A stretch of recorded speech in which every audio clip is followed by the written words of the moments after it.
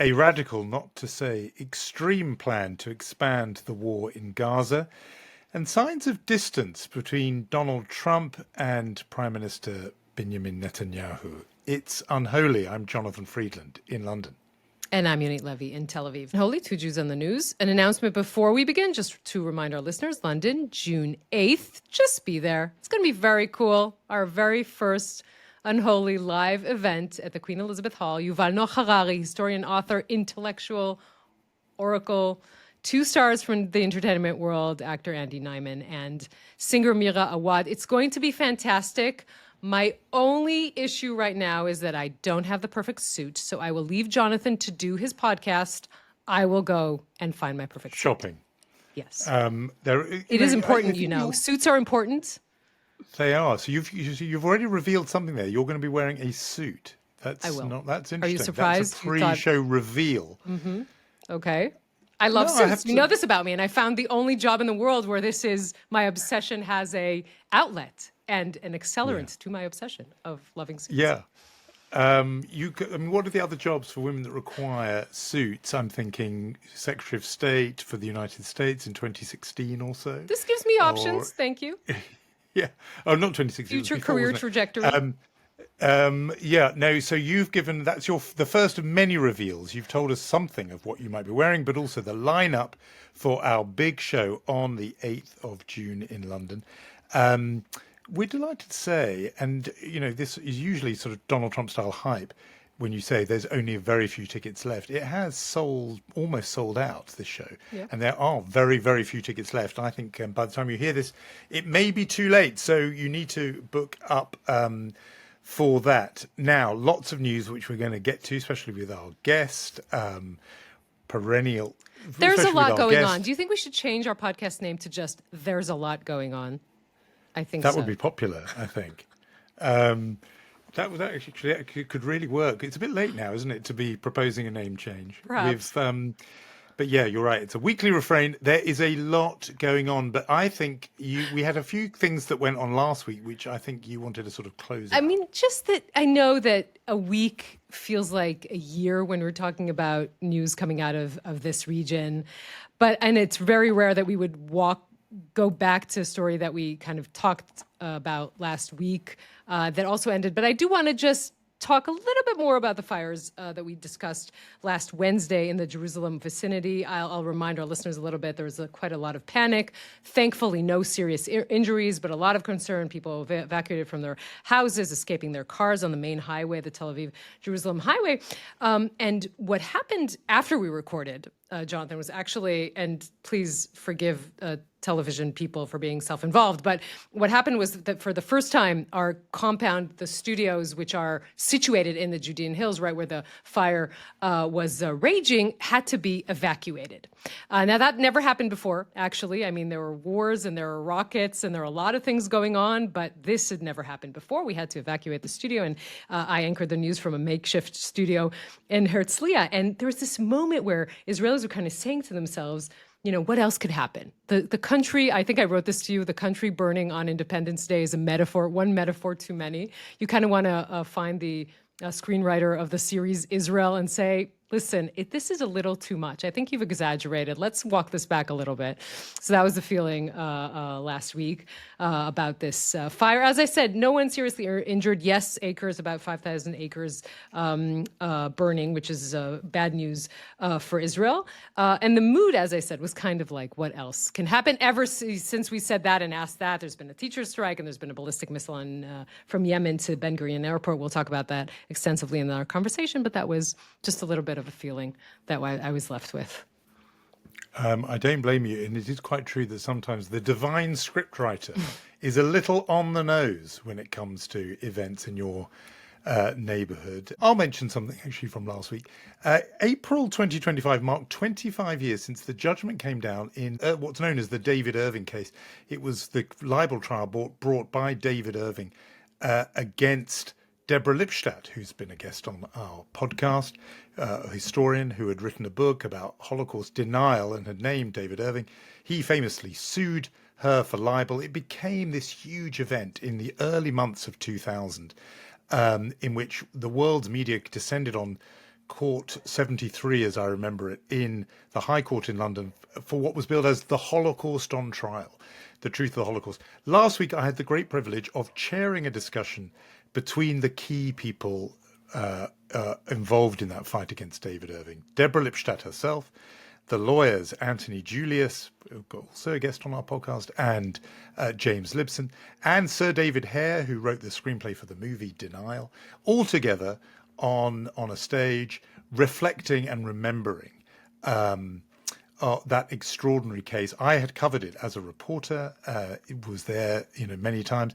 And just one thing about you saying about the scriptwriter is just sometimes a little on the nose. It reminded me of this simply for this reason. Deborah Lipstadt recalled a day that I was actually in court for when David Irving, who in the end was found to be a pro-Nazi polemicist, that was the word used by the judge, in one of the days of the proceedings, David Irving addressed the judge as Mein Führer.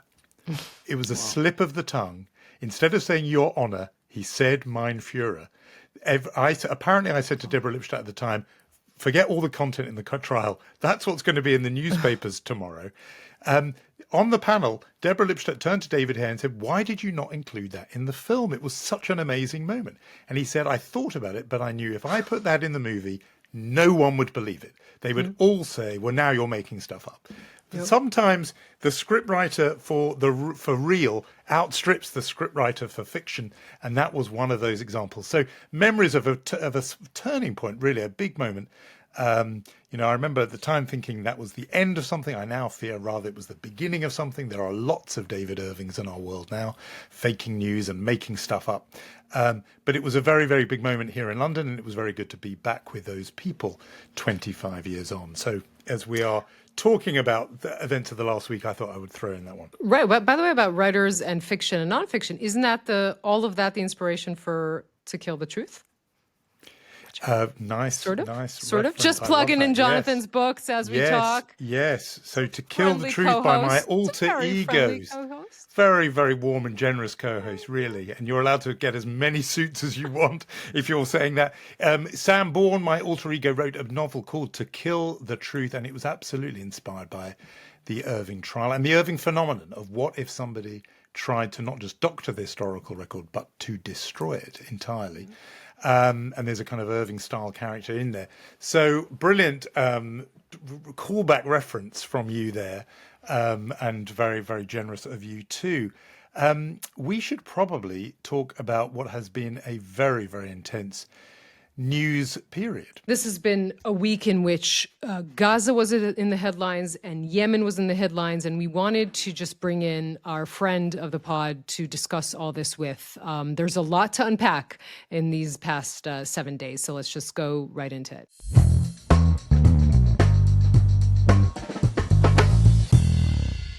We're joined by a longtime friend of the podcast and acclaimed military analyst for Haaretz, Amos Harel. Amos, just fill us in at the start before we get into all the questions of the wisdom of this, but just what actually is the plan on the table to expand operations in Gaza? Not all details have been released to the public, of course, but it's quite clear that this is a different scenario. You may recall when Eyal Zamir was appointed chief of staff of the IDF in the beginning of March, he kind of promised the politicians that if he's ever told to come back to Gaza, he has a different plan and a different solution than what the IDF has essentially failed to do in the past, beating Hamas and forcing Hamas to release all the hostages. And Netanyahu, of course, found that extremely useful because you could both promise that something like this is on the horizon and also blame the generals if this doesn't succeed.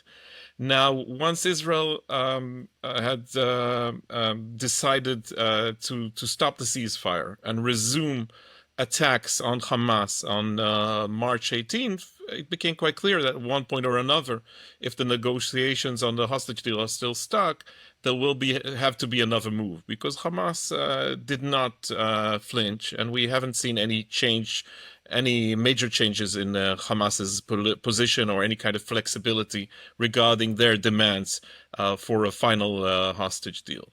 And now the cabinet, I think that was late Sunday evening, has released a statement saying that it has decided to finally defeat Hamas, that it's preparing to call in hundreds of thousands of reservists. And although this may take some time, they're keen on both defeating Hamas, and also this is something that Smotrich said publicly, this time it's for keeps. We're not only going to invade most parts of the Gaza Strip, but we're actually going to keep those parts, which also means, in a way, some form of forced transfer. This is what Smotrich and Ben Gvir have been dreaming about for months now, and also the return of the settlements. Now, the IDF does not necessarily agree to that. It's not the top goals for the army, and yet this is where things might be heading. This is why excuse me for quoting myself, but then again, nobody else would do that. What I wrote when I warned about the outcome of a possible operation this week in Haaretz, this is what I was worried about, that we can get stuck in our own Vietnam for a long time, that the army and the politicians would promise a clear victory, but that we would never get there. We would be stuck in the new version of a Palestinian or Vietnamese mud, and we've been through that in Lebanon, if you recall, in the 80s. The question is whether everybody is necessarily on the same page, because, okay, this is what Smotrich and Ben Gvir want. It's quite clear that Zamir, the general, has second thoughts about the whole plan, that he now understands that it's quite a lot harder to do than he imagined.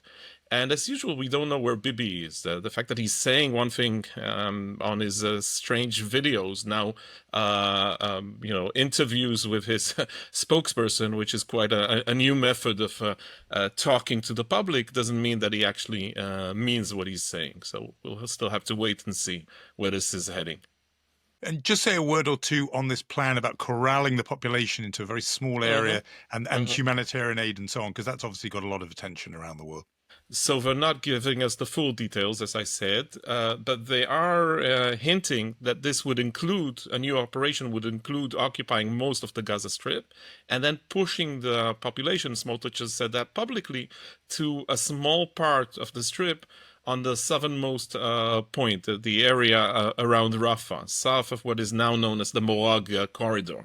That would mean 2.2 million people squeezed into about 20% of the territory, and this is going to cause huge problems, mostly first and foremost for the public in Gaza, but also for the state of Israel, because except for Trump, I assume that most Western leaders would find this very hard to support or agree to. We'll get to the also to the infrastructure about the humanitarian aid that's in this plan, but we should probably stress this has not yet been implemented. It's only been agreed on by the Israeli cabinet, and this kind of leads into my question to you. How much of this is a hold me back tactic, which is to say we are going into this radical plan if Hamas does not, somehow decide to, be more flexible and go to this hostage deal? I mean, how much of this is tactic and how much of it is real strategy?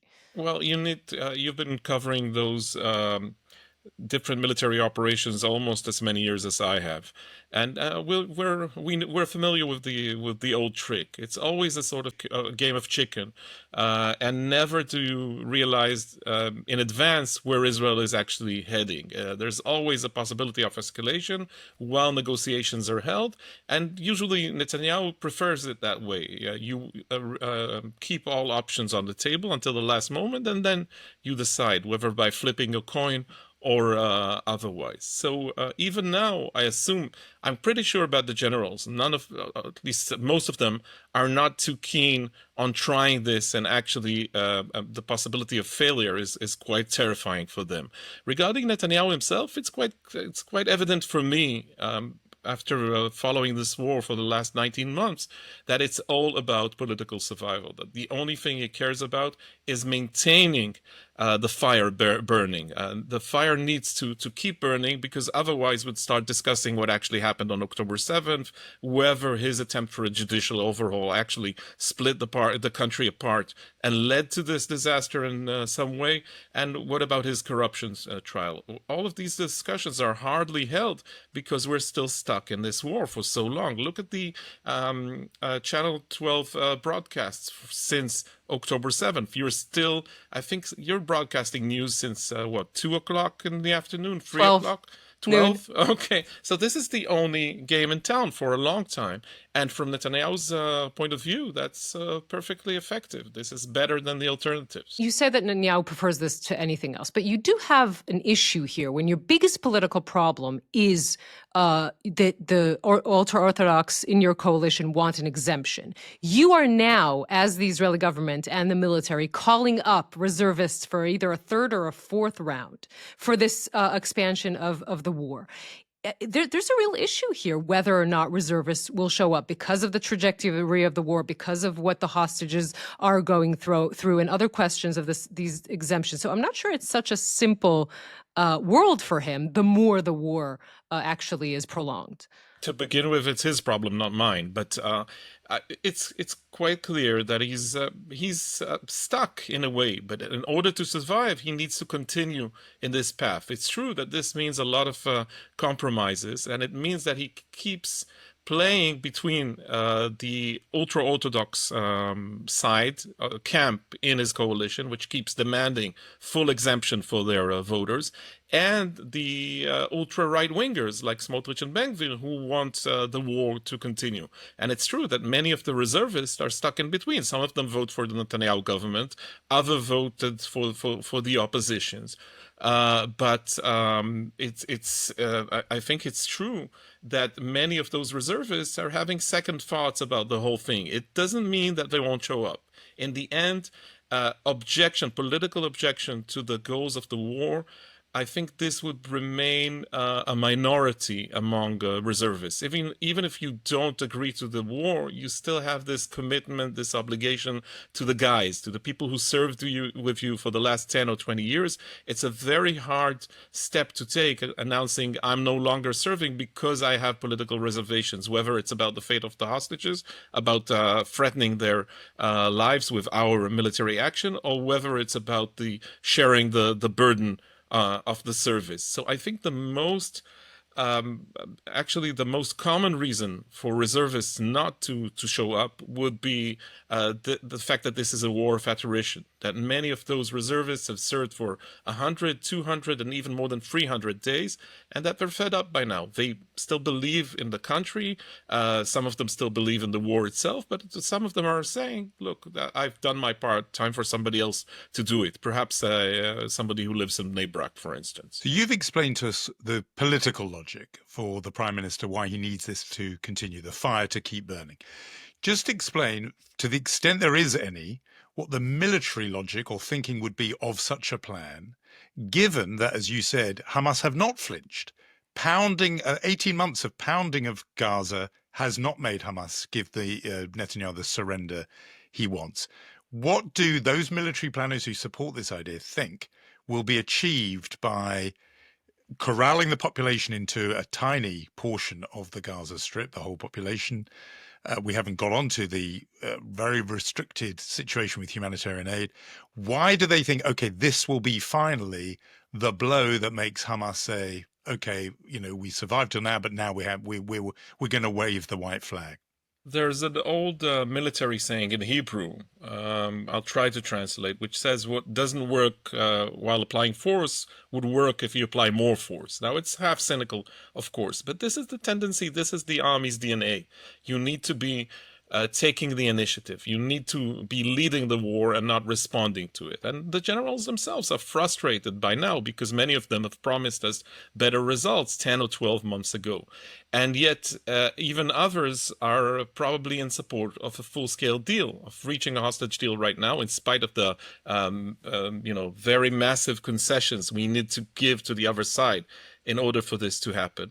And they would tell you, look, if the government is forbidding the army to go that way, we need to do something else. And there's some logic to that. In the end, how would you judge the first hostage deal on November 23 or the second one in January 25? I can't claim, although I'm not a supporter of continuing the war, I can't claim that this was that the applying military force was absolutely ineffective. If Hamas hadn't paid a price, it wouldn't have agreed to release all of those hostages. Still, my personal assumption is that even if we apply enormous pressure right now, even if we occupy 70, 80% of the Strip, I'm not sure that that would be enough. We're dealing with radicals here, with religious zealots, people like Muhammad Sinwar. He has a tunnel vision. Excuse my pun, but this is the way he sees that. He's all for the struggle. His older brother Yihya was already killed by the Israelis. He was one of the masterminds behind the massacre on October 7th, and for him, even. I'm trying to psychologize a bit, but for him, even if he dies now, then he's dying a martyr's death. He's fought the brave struggle against those terrible Zionists, and I don't think he minds, and I don't think he cares so much about the Palestinian population above ground, which is suffering so much.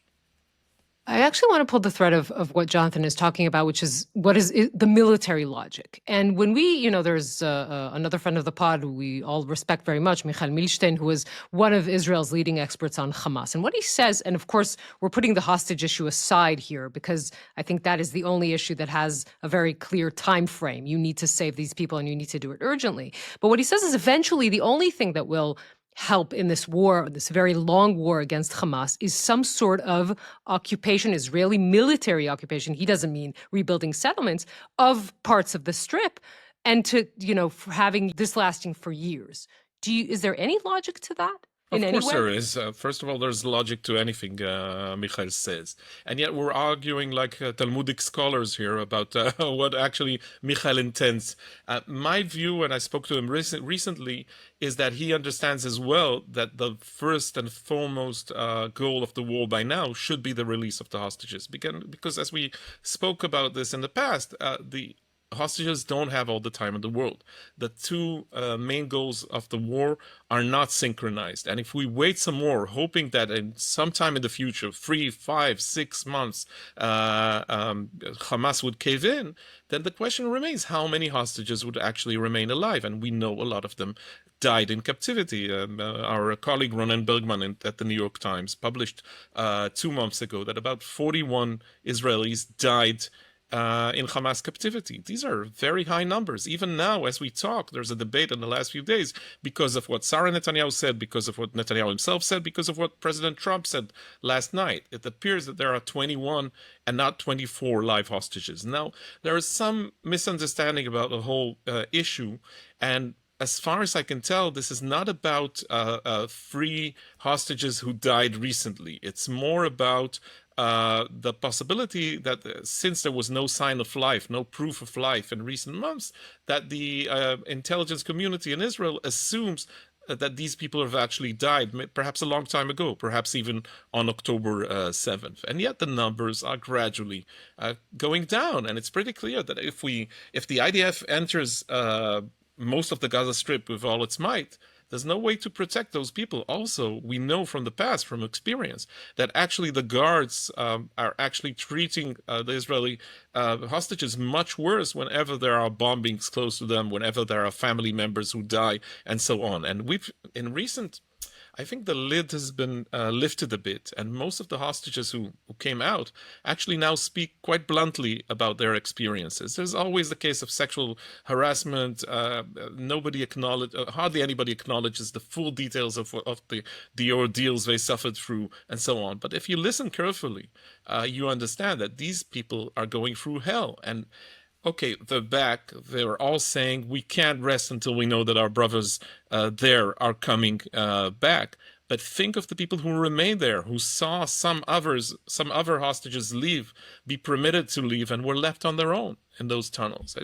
Excuse me for being slightly emotional over this, but I think it's a moral issue as well. And I think it has a lot of influence on Israeli society. In the end, it goes back to the question of solidarity and what we actually think of our brothers there and how much we're obligated to save them. And it's quite clear that the government no longer cares, that many, not all government members, but when you listen and when you interview some of those ministers, you see that gradually in some of the backbenchers, you see that they're gradually trying to prepare the public for the scenario that these people are never coming home.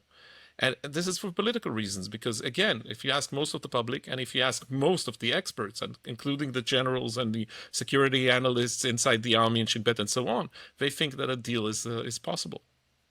The point you make about ministers, it was explicitly, wasn't it, spelled out by the Prime Minister himself last week, saying the supreme goal is the defeat of Hamas. In other words, saying that it is no longer even paying lip service to the idea that getting the hostages back straight away is. And actually, it's interesting because the IDF priority. chief of staff is saying the most important thing is to bring back the hostages, which is a direct sort of contradicting what the Prime Minister is saying. But I wanted to get on to a bit about another aspect of this. Reaction around the world, people are just appalled by this proposal, and they're clinging to the idea actually Yonit raised, which is maybe it's just a threat and a tactic to get Hamas to do a deal rather than contemplating what would be involved in actually forcing the whole population into this tiny area of what was already a tiny area and a crowded area. But one particular point of controversy, is putting it very mildly, is about aid. And this notion that there's some plan being discussed that would see 60 trucks going in a day to certain 4 or 5 kind of ring-fenced areas, humanitarian hubs where aid would be possible. You take Hamas out of it completely. These are kind of sealed areas, as I understand it, in what we understand of this proposal, and that designated representatives of families are allowed to come forward and collect aid. As what you tell me, is it correct that these reports that there are people within the IDF who say this is just an unworkable plan, that it's far too little, for one thing? It has to be at least 300 trucks a day, if not double that number. But also this idea of representatives of families, imagine handling the bureaucracy of that and making sure that, the right people only got through.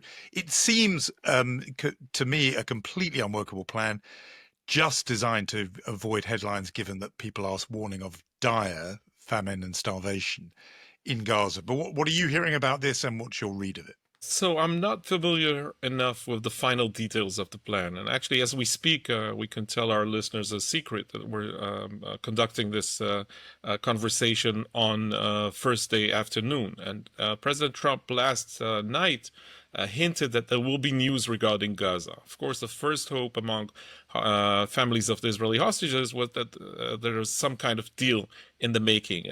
Unfortunately, it's not this, as far as I can tell. And what we assume is that the administration would announce some kind of resumption of aid to Gaza, according to the details you mentioned. And this is mainly because Trump needs to go to Saudi Arabia next week, to the Gulf states. He's expecting to sign deals worth trillions of dollars, and he's not going to make his hosts too angry about what's going on in Gaza. They would like this to end completely, but at least what he's going to try and promise them is that aid would be resumed. And yes, this is heavily debated inside Israel. Ben-Gvir this week on Sunday, correct me if I'm wrong, Yonit, actually said that we should bomb the food reserves there. So he wants to starve them to death. This isn't what's going to happen, and you already see Netanyahu taking a step back. But yes, is this plan fully workable?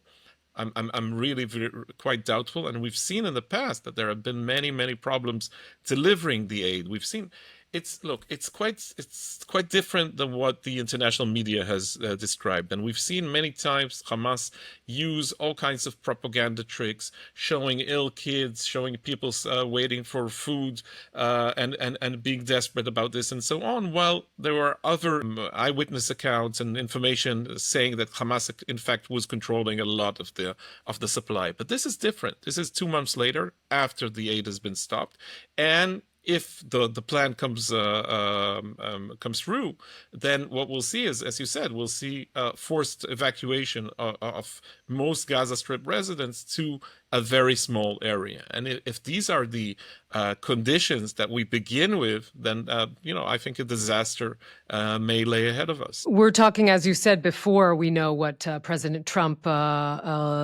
announcement is about Gaza. But since we are talking about Trump and his upcoming visit to the region, I would want to sort of zoom out and talk a little bit about what this week started with, not only the cabinet decision on Gaza, but also a ballistic missile fired from Yemen and falling in the compound of the Ben Gurion International Airport. Then Trump surprising Israel again, we should say, by striking a deal with the Houthis and essentially, correct me if I'm wrong, signaling to the region that you can strike a deal with the United States and continue to attack Israel, which is problematic in itself. I guess what I'm trying to lead into is to ask you, how much is all of this? So how much should we be concerned about how this is a harbinger to what might happen with Iran, with the U.S. and Iran over Israel's head, really? Well, Yonit, I think this is extremely troubling from an Israeli perspective. The Yemeni case as it's on its own is not the most important issue in the world or the region right now. Israel has dealt with that for quite some time. It's true that the Eilat port is actually out of business for the last 19 months. It's true that recently the Houthis resumed attacks, launching drones and sometimes ballistic missiles, but to most Israelis, it's not much of a big deal. The problem was, of course, what happened on Sunday, because this immediately meant that many foreign airlines have canceled their flights for the next 2 weeks, and it may go on the whole summer. And that's quite a step back for the Israeli tourism industry and for Israelis who want to go abroad. This is a big deal for us. And yet, as I said, the Yemeni threat is not the number one on the agenda. But it goes back to show you that what we've known about Trump all along. He may be instinctively a friend of Israel. He may like Netanyahu personally some days of the week. But it's not about this. This is about the Trump show. It's about keeping viewers interested the whole time. It's about having something new to say twice or 3 times a day, because otherwise you don't get attention. Otherwise your brand's worth is going down. And all of this is much more important than helping Israel or protecting Israeli interests. So Yemen is just the beginning. The main question is when a decision will be made regarding the Iranian deal. It's not so far away. And it's quite clear. Again, Netanyahu would not say that publicly. We'll have to see how he reacts if Trump indeed signs a deal. But there's a clear possibility of a new deal between the U.S. and Iran. It would not end the Iranian nuclear project completely. The threat would remain to some extent, and Israel probably would have to live with that, because imagining that Netanyahu would go on his own against Iran, he didn't do that under Obama. He didn't do that under Biden. I doubt whether he would try and challenge President Trump over that. I should quote 2 people that you know very well, Eyal Hulata, the former NSC in Israel, and Amir Eshel, the former commander of the Israeli Air Force, who wrote an article, I think 2 weeks ago, on the Foundation for Defense of Democracy's website in Washington.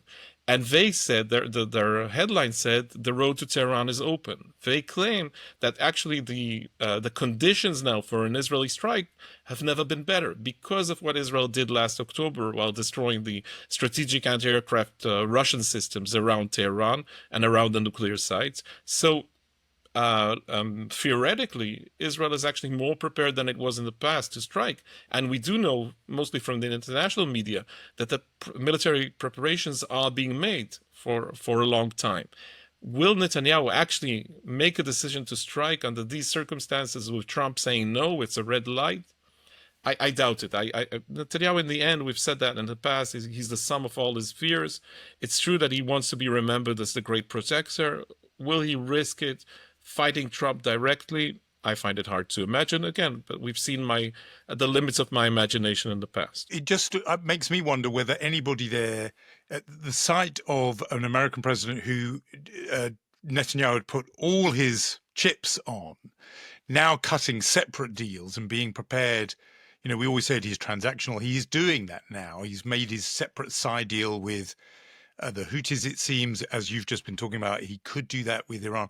I just wonder whether you detect any sense among policymakers, well, you know, maybe it wasn't such a smart idea entirely investing everything in Donald Trump, partly because, you know, if you just imagine how the whole Netanyahu sort of machine would be whipping itself up into fury if this was Joe Biden or Kamala Harris doing this, saying we're going to look after ourselves as far as the Houthis are concerned. Israel, you can still be in the Houthis' crosshairs. We're going to cut our own deal. Off we go. We're going to the region without visiting Israel. I mean, imagine if Kamala Harris had done that. We don't need to imagine. We remember what happened to Barack Obama when he made that decision in 2008. I mean, in 2009. Yeah, I mean, it just does make you wonder. Does he get any sort of pushback even from his own side on this at all, or is everyone still all in on Trump? Not from his own side. It's a very Jewish sentiment, saying "I told you so." Loudly, on repeat. And this is what the Israeli left or the anti-Netanyahu camp is doing for quite some time. But then again, Netanyahu, part of the policy or part of the strategy is never to admit mistakes or defeat. And neither are his followers willing to do that. But I have to say that, again, there's not much fun in this funeral. But watching this and watching the people on Channel 14 having this crisis of faith regarding Trump is quite enjoyable to see, because what you have, these people were anti-Biden all along from October 23 to October 24, elated when Trump won on November 24. Again, very angry at Trump on January because of the hostage deal, happy again at February because he invited Netanyahu and talked of a forced transfer in Gaza and that beautiful Riviera nobody seems to mention anymore. And now again, Daddy's fighting with Mommy. What should we do? This is the struggle they have right now. And you can see them actually sweating when they discuss that because they're not familiar with the guidelines anymore. Who should we attack today? Is Trump an enemy or still our friend? What should happen regarding that? So again, these are miserable times, but let us enjoy a little bit of that. We are talking about Trump and just how many times he has surprised Netanyahu, right? I mean, we mentioned this, the Houthi issue, also talking about direct talks with Iran. Perhaps Netanyahu knew of it, but he couldn't prevent it, to say nothing of direct talks with Hamas. Remember the Adam Bowler story. So I guess this leads to two questions. One, do we know what does Israel know what Trump is planning for his Saudi trip and what, if there's anything official that will be announced? And also, does the defense echelon in Israel, the security establishment, how concerned are they when it was clear that in the first Trump administration you had this direct line between Dermer and Kushner? Now that doesn't exist, or at least exists, let's say it's much less effective. How much is Israel concerned about this, the security echelon? So we don't know, and I think the security echelon is concerned. And you've mentioned Dermer. The point of contact in this administration was no longer Kushner and Ivanka, because they're otherwise occupied making money for the next generation of little Trumps. Dermer's point of contact was Michael Waltz, who was NSC until last week, until he was kicked out and moved after the signal scandal with our friend Jeffrey Goldberg, and he's now out of the picture. And it was published in the Washington Post that Trump has lost faith in him, not only because of the signal scandal, but because there were reports that Netanyahu was trying to maneuver or play Waltz in Israel's favor. Netanyahu gave a sort of a non-denial denial, saying we haven't dealt with that intensively. Yet it's quite clear that Dermer was in charge of not operating Waltz, but talking to him. So what's the channel right now? If people who talk to people who work, Americans who work for the Pentagon or the State Department, describe a story of very sad places, office buildings, corridors with rooms that are still empty because nobody's been hired since January. And this is problematic for the Israeli MOD and the Israeli army. We need somebody to talk to on the other side. And one thing I should also mention, that was mentioned briefly at that press conference in April when Trump hosted Netanyahu and dropped that bomb regarding the Iranian negotiations. He also briefly discussed the security assistant. He said $4 billion a year, while it's in fact 3.8, and then he said congratulations for that. That was quite a hostile remark. It didn't give you a sign that Trump is happy about security assistance for Israel. It was a sort of a veiled threat that maybe in 2 years' time, Trump would have other ideas about the level of support that the United States should give Israel. So these are, I think, indeed challenging times on all fronts, but also on the American Israeli relationship. I'm very glad you drew attention to the point about Mike Waltz. I think a lot of people reported it as about Signalgate, or also about this, he wanted to be more robust on Putin. There was obviously a Middle East dimension there too. Some in the administration did not like the fact that, by all accounts, he was coordinating quite closely with Israel on the matter of joint strikes or potential Israeli strikes on Iran, and that was, one of the reasons that it appears counted against him. I don't think that's been certainly here reported perhaps enough. As always, you have enlightened us. We are very, very grateful. Amos Harel, thank you. Thank you.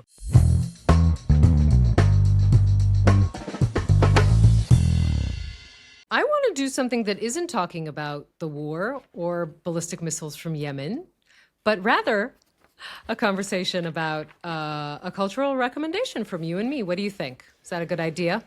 Why don't we? Because we need to break away from this diet of really quite difficult news and pretty grim news most of the time. I'm realizing that as I'm speaking, my recommendation is in some ways related to all of this, but people who see it will know it's a much richer offering. We had on the podcast a few months back the great British theatre director Sir Nicholas Hytner. Nick Hytner was on talking about this new play Giant, which the giant of the title, it refers to the children's storyteller Roald Dahl, who had. I was about to sort of euphemize it. There's no need. He had anti-Semitic views of Jews, and they surfaced in a very, in this play, brilliantly dramatic way in the early 1980s, after the first Lebanon War. He reviewed a book about that war and just said some pretty heinous things about Jews, and then went further in an interview afterwards. The play imagines brilliantly how he had got to that point, and just the people around him and how they were publishers, agents, his second wife to be, tiptoeing around him, handling him. At the center of it is a brilliant performance by John Lithgow. You will not see a better acting performance. But amazingly, I gave a rave for this when it was on first time round. I saw it again the opening night less than a week ago, or about a week ago, and I'm delighted and astonished to say it's even better. I don't know how they've done it. Somehow it's even more intense, even more dramatic. There are some very powerful conversations there about Israel, about Jews, and at the centre of it, truly a spellbinding, mesmerising performance. It's brilliantly directed and acted and written. I could not recommend it more highly. Go and see Giant if you can. I might be in London soon. I don't know if you've heard, but this podcast I'm co-hosting has this live event. I've seen Are some the tickets promotional completely material. sold out, or if I had a good English friend who'd help me out, nudge, nudge? Yes, I think you may be able to. I think that is some magic that we may be able to pull off. But for I don't know for everyone else. I think there's always a way, and it's worth it. Even if you have to somehow perhaps pay over the odds to get, not you, if people have to pay over the odds, it's really, really worth it. I don't think you'll have a better night in the theatre anytime soon. And the talk is that it will make its way to Broadway. So American listeners, do not feel taunted or tantalised by this. I think it's coming your way. Yes, they'll just remain taunted by your accent. But we will love to have another reason to have Nick Hytner on the podcast again. So I'm going to say that my cultural recommendation is not very far from the news either. Apologies. But this is a quite remarkable exhibition I saw last week. The story of the exhibition itself and of its curator, both fascinating.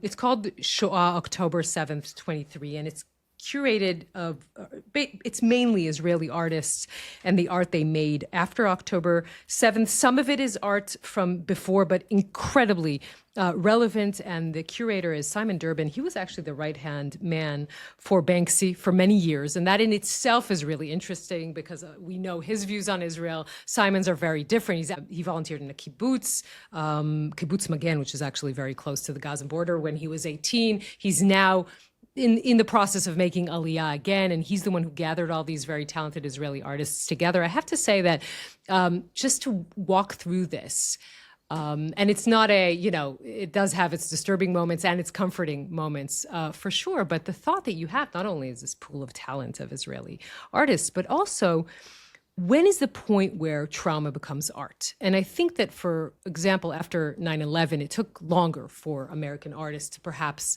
maybe digest, maybe use this as therapy even, and to have, to make art. I think it took less time for Israelis, perhaps because they're very much used to this kind of reality. But it really is a breathtaking exhibition that I would recommend.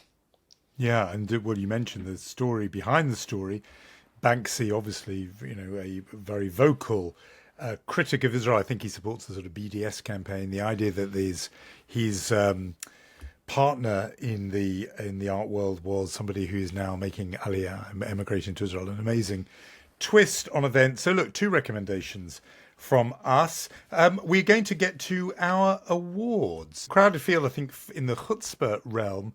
I'm going to offer as a nominee Linda McMahon, formerly of Worldwide Wrestling, WWF, and now the Education Secretary in the United States. Obviously, she's got time on her hands because the Department of Education is being abolished. But she has sent yet another letter to the leadership of Harvard, issuing more threats, more complaints about the way they run themselves, a litany of complaints. What's really interesting is missing in the letter is any mention of campus anti-Semitism. The reason why that's significant is you'll recall the justification, and I would use the word pretext, for Donald Trump's war on the universities has been the problem of anti-Semitism on campus. We've talked about it a lot here. In saying that the Trump administration uses it as a pretext is not to say that it's not a real thing. It is a real thing. Just they were using it in quite a cynical way to advance their own agenda, which is against higher education and its key institutions because they represent some kind of check or curb on presidential power. She writes this whole long letter, litany of things, saying you've got to do this, you must do that, complaining about all the different super left-wing things they're guilty of, supposedly. No mention of anti-Semitism. I think the mask has slipped a little bit, and Linda McMahon's letter has sort of revealed that it was only ever a ploy, and their conviction on anti-Semitism was pretty flimsy. It was instrumental, and I think Linda McMahon gets a chutzpah nomination for that letter to Harvard. And the interesting thing is, if you use the actual anti-Semitism on campus as your pretext, that would have been a better case because, to be honest, I mean, we all think that there was, that justifiably there were students, probably faculty, who felt, unsafe.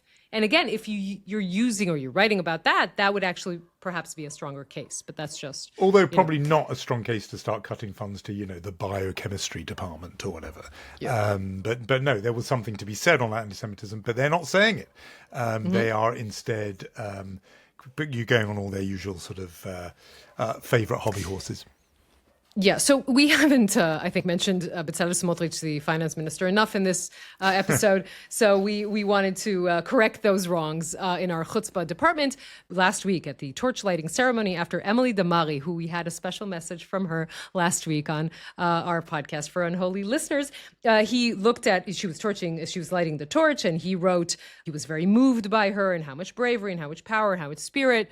This is a man who literally voted against the hostage deal that released Emily Damari. So it's difficult to have it both ways. I mean, it's nice that you're happy that she's home, but you should perhaps remind Israeli voters that you're the one who thought that she shouldn't be. So that's our chutzpah nomination. We should. I mean, breathtaking chutzpah performance from Bezalel Smotrich there. A double, but I think the Emily Damari message absolutely takes...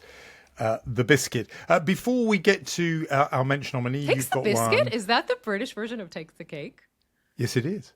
Okay. I don't think I've ever is. heard that. I'm very excited Yes. by the new Britishism. And of course, biscuit in America means something else completely. So, let's not even go down that one. Before we get to your very good Mensch nominee, a mention, friend of the podcast, previous guest, British film producer and TV executive Danny Cohen. And just before, you're going to tell us why we're going to mention him, but I just thought we should say, because some of the listeners by now may have seen a puff of white smoke from the Vatican. We won't have, because as so far it hasn't yet happened. But if there is a new pope, we say B'Hatzlacha from unholy to His Holiness, but we don't yet know if that's happened. But tell us why a mention for Danny Cohen.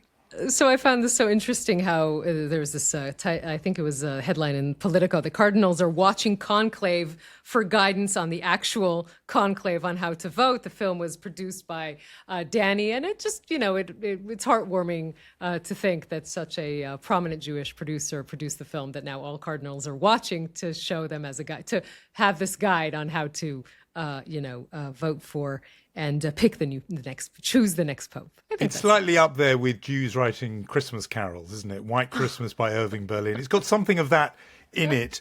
But yes. No, it's a nice mention for him. But our mention also, nominee, your savior was Jewish. Just saying. Okay. Don't say "your" to me. Like suddenly I'm your Christian co-host. What's going on here? Okay, we'll have to have conversations about that. Can you just give our mention nominee, because we've got. I will do our mention nominee quickly. I think that the Mensch award this week should go to Ziv Aryeh. Ziv Aryeh is a football manager. I'm sorry that I'm just saying the word football to you after the Arsenal game this week. I apologize. But he is the manager. You really are trying to wind me up today. We've had Christian, now it's Arsenal's defeat in the Champions. Ziv Aryeh is the manager of Hapoel Yerushalayim in football. And this week, he was talking after his team was victorious, and he was standing in front of the cameras, and he essentially said, listen, we usually talk about the hostages coming home, and then we do this abrupt transition, and we go on to talk about the game. I don't want to do that abrupt transition anymore. I don't want to talk about the game. He said, I only want to talk about the hostages, and I think, he said, that the Israeli Premier League needs to be delayed until the remaining hostages are home. He became the first high-profile Israeli figure to say that, and it was such a beautiful, authentic moment. It's just someone saying, in my corner of the universe, I can't act like business as usual anymore. That's it. I'm done. We need to bring back the hostages. We should also mention perhaps that Hapoel Yerushalayim was the favorite team for Hersh Goldberg Poland. So that is also an emotional thing to say, but I think that he deserves the Mensch award just for saying that. So we have handed out lots of garlands this week. We are delighted. Remember, we come to London in the form of Unholy Live, 8th of June, Queen Elizabeth Hall. People always say there are very few tickets left. Genuinely, there are very few tickets left. So if you want to come, do book for that. Otherwise, we should say our thank yous. Well, Sarah, thank yous to Michal Porat, and we shall meet next week. See you then.